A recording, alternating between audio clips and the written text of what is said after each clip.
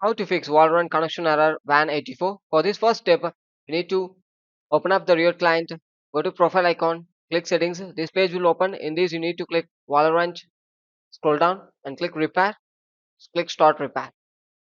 Wait for a couple of seconds because it's actually verifying your game files. If there is any corrupted files, it will rectify it.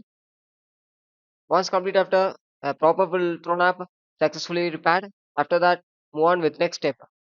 The next step search for Windows Defender Firewall. Click it. Click allow an app or features through Windows Defender Firewall and click change settings.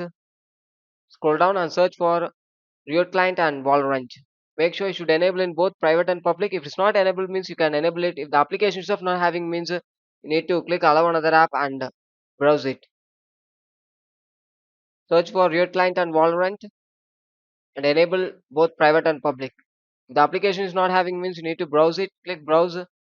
Go to C drive, Riot games, Riot client. Get the Riot client. Click it and add it. Like this, you need to add both Riot client and Valorant. I already have, so I skip it. You need to add it. After that, click OK in the bottom side, close it, and come to next step. Search for services. Click it. Scroll down and search for VGC. Search it and right click.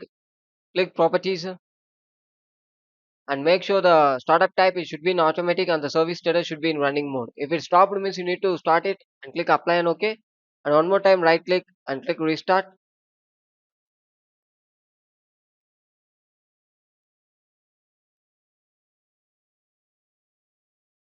After completing, close it.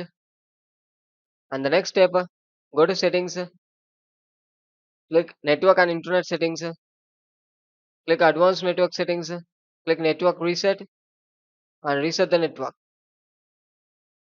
And the last and final step, open up task manager, go to startup apps, click it, scroll down and search for the real client services.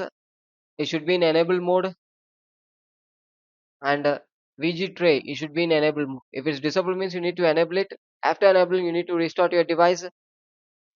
Thank you.